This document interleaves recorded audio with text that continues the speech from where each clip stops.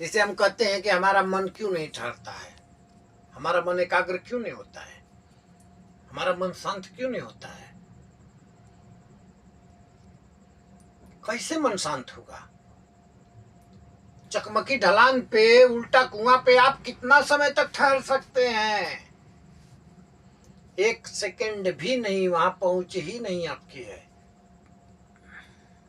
क्योंकि मन जो है 10 इंद्रियों का राजा है। मन 10 कंधर है, मन का 10 मुख है। मन को लगाम लगाने के लिए सिर्फ गुरु का नाम, गुरु का नाम, गुरु का नाम। गुरु का नाम का अर्थ होता है, हनुमान जी को दीक्षा किसने दिया था? शिव जी ने। क्या दीक्षा दिया था? राम। राम शब्द का दीक्षा दे दिया था बचपन में ही उन्होंने। उस शब्द को जपते जपते जपते जपते इतना नाम में इतना पावर होता है कि राम का बाण भी राम के नाम का मुकाबला नहीं कर सका।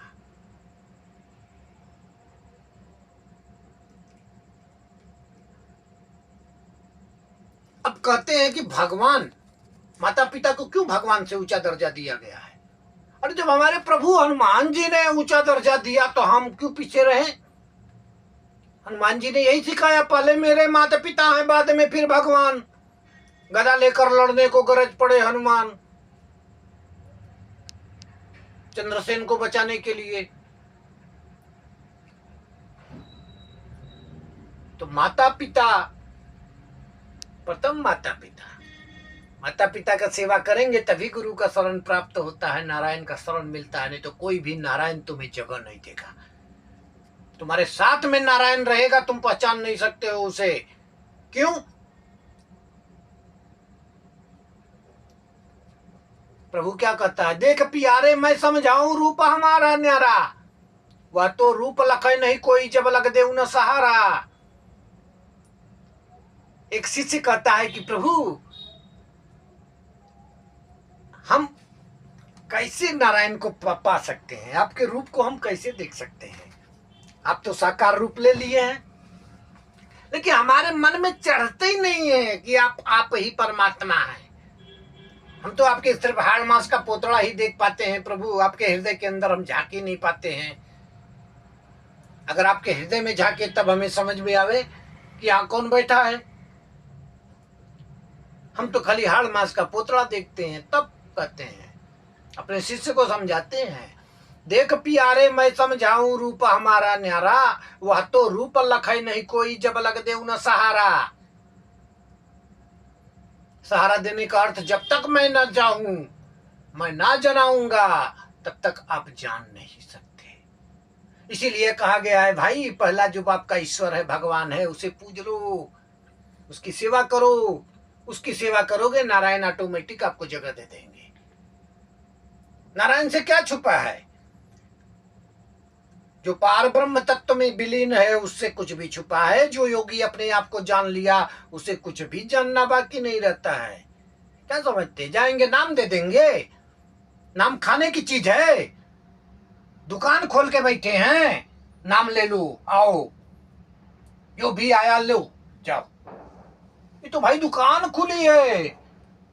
10-10 साल महात्माओं ने 10-10 साल 20-20 साल परीक्षा लेके लेते लेते लेते लेते मन को कुचलते कुचलते, जब तक मन नहीं मरता है तब तक नाम नहीं मिलता है। पिंड की यात्रा तो गुरु आपको रास्ता मार्ग दिखा के करवा देगा। जब आज्ञा चक्र पे बैठ के आप भजन करते हैं, तब गुरु आपको नाम देता है ब्रह्मांड में जाने के लिए। उसे नाम कहते हैं। उसी नाम का व्याख्या किया है पलटूदास जी ने, नाम नाम सब कहता है, नाम न चीना कोई, नाम न चीना कोई, नाम की गति है न्यारी। फिर कहते हैं कि प्रभु अच्छी, तो आपके पास पहुंचने के लिए हमें क्या करना पड़ेगा? क्या करें हम? क्या कौन सी आप क्रिया क्रिया चिल्लाते रहते हैं, क्रिया करो क्रिया करो। कौन सी क्रिया करें? क्या करें? तो क्या कहते हैं? करनी करो मार मन डालो। ऐसी करनी करो, मन को मार डालो, इंद्री रोक द्वारा, इंद्रियों का द्वार बंद कर दो। ऐसी करनी करो, करनी करो, मार मन डालो, इंद्री रोक द्वारा, ताके आगे शिव गुरु स्वामी वह निज रूप हमारा। शिव शिव शिव, जो हमारा श्वासा प्रश्वासा बराबर शिव शिव शिव शिव शिव शिव शिव शिव वो हम। जब तक हम पिंड में हैं तब तक शिव शिव आएगा, और जब हम ब्रह्मांड में जाते हैं तो वहां क्या आता है? शिव हम ही शिव हैं। शिव में एकाकार हो गए, हम शिव हो गए। शिव से अलग हैं। सागर की बूंद जब तक बाहर है तब तक वो गंगा है, जमुना है, तालाब है, तलैया है, गढ़ही है, गुच्ची है, नाली है, नाला है। लेकिन जब वो बूंद सागर में पहुंचती है तो आप उसे गढ़ही, गुच्ची, नाला, नदी, तालाब कह सकते हैं? क्या कहेंगे? जो बूंद कुएं का पानी निकाल के समंदर में डाल दो, फिर उस बूंद को आप अलग कर सकते हो? समंदर में जाते ही वो पानी खारा हो जाता है, मीठा जल खारा बन जाएगा। इसी प्रकार से आत्मा जब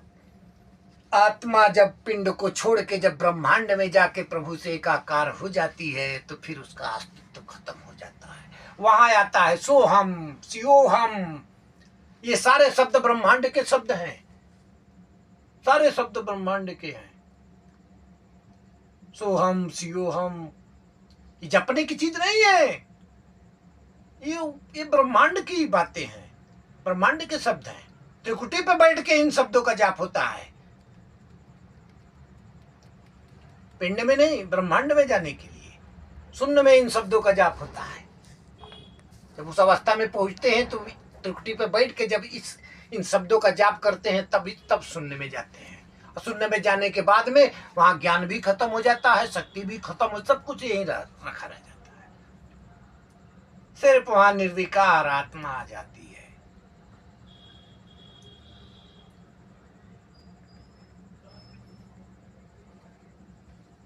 तो ऐसे गुरु की खोज की जाती है। बिना गुरु मिले ज्ञान नहीं। और जब तक गुरु नहीं तब तक आप इष्ट गुरु का सहारा लीजिए, इष्ट गुरु का चिंतन करिए, साकार विधि करिए, साकार विधि से उनकी सेवा करिए, सेवा से ही आपको फल मिल जाएगा। एक दिन वो प्रसन्न होंगे, आपको आशीर्वाद देंगे, नारायण से मिला देंगे। मीरा माता को प्रभु कृष्ण ने मिला दिया, संत नामदेव जी को प्रभु कृष्ण ने मिला दिया, नारायण के पास मिला है ना। इसी प्रकार से हर किसी को प्रभु हर किसी का इष्ट होता है। जो लोग सिर्फ निराकार की बातें करते हैं, जैसे हमारे महापुरुष बुद्ध जी थे, उन्होंने किसी देवता का नाम नहीं लिया। उन्होंने सिर्फ अपने शरीर के अंदर के चक्रों को समझने के लिए कहा। लोग भ्रम में हैं, उनकी क्रिया तो कोई करता नहीं है, क्रिया तो कोई जानता ही नहीं है। बस बुद्ध जी ने कहा परमात्मा नहीं होता है, बुद्ध जी ने कहा कोई भगवान नहीं होता, ऐसा हमने सुना है। ये सत्य नहीं है। उनकी बातें समझिए। उन्होंने हर जगह प्रकृति का उल्लेख किया है। प्रकृति का अर्थ होता है ईश्वर। उन्होंने हर जगह ईश्वर को प्रकृति नाम दिया है। प्रकृति ने ऐसा बनाया, प्रकृति ने ऐसा बनाया, हम ही प्रकृति हैं। उन्होंने कहा हम ही प्रकृति हैं, हम ही ईश्वर हैं। हम अपने शब्द में ईश्वर कहते हैं, उन्होंने अपने शब्द में प्रकृति कहा है। किसी ने अपने उर्दू भाषा में कोई अल्लाह कहते हैं, माई गॉड कहते हैं, कोई भगवान कहता है, कोई ईश्वर ईश्वर चिल्ला रहा है। तो हरि अनंत, हरि कथा अनंता। ये धर्म कोई भी धर्म का धर्म है ये नहीं है, धर्म नहीं होता है। सबका धर्म अपने पास है। मातृ धर्म होता है, पितृ धर्म होता है, भाई का धर्म होता है, पति पत्नी पुत्र, ये सब धर्म है। अपने धर्म का आप पालन कर रहे हैं तो आप धर्म के मार्ग पे चल रहे हैं। धर्म का पालन नहीं किए आप धर्म मार्ग पे नहीं है। ऐसा नहीं है कि हम हिंदू हैं, मुसलमान है, वो सिख है, ईसाई है, ये सब कोई धर्म नहीं, ये संप्रदाय है। जिसको जो मार्ग मिला वही मार्ग उन्होंने चुना और उसी मार्ग पे उन्होंने अपने ईश्वर की प्राप्ति की। भाषाएं अलग अलग है, सिर्फ लफ्ज अलग अलग है। ऐसी लफ्ज में आज हम लड़ते भिड़ते मरते रहते हैं। कहा गया है कि अगर किसी भी मजहब का अगर अपमान करता है तो उसे ईश्वर से प्यार नहीं है। अरे अपने ही गुरु को आप गाली दे रहे हो। ईश्वर एक है, एक ही ईश्वर का सभी भक्त है, सभी बच्चा है, चाहे वो हिंदू हो, चाहे मुसलमान हो, चाहे सिख हो, चाहे ईसाई हो, चाहे जो भी हो, एक ही ईश्वर की संतान है। और उसी को तुलसीदास जी ने लिखा है, ईश्वर अंश जीव अविनाशी। हर जीव ईश्वर का अंश है। अब बताइए हम कहां भटक रहे हैं? किससे नफरत करें? यहां कौन है नफरत करने लायक? गुरु नानक देव जी ने लिखा, अव्वल अल्लाह नूर उपजा या कुदरत के सब बंदे, एक नूर से सब जगह उपजा, कौन भले कौन मंदे। एक ही नूर से सब कुछ सब उपजा है। हम ज्योति ज्योति चिल्लाते हैं और नूर कह दिए।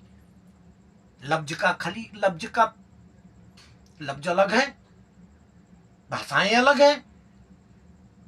इस ब्रह्मांड में ऐसी ऐसी भाषाएं हैं कि हम समझ ही नहीं सकते हैं। बताइए, आदिवासियों की भाषा कोई समझता? ऐसी ऐसी भाषाएं हैं कि अभी तक किसी को पता ही नहीं है वो क्या बोल रहे हैं, क्या कह रहे हैं। अब वो अपने ईश्वर को क्या कहते होंगे अपनी भाषा में? हम उनसे नफरत करें? ज्ञान नहीं करता है। जब हम संत मत पे चलेंगे, फकीर मत पे चलेंगे, तब हमें समझ में आएगा कि वास्तव में ये ब्रह्मांड क्या है।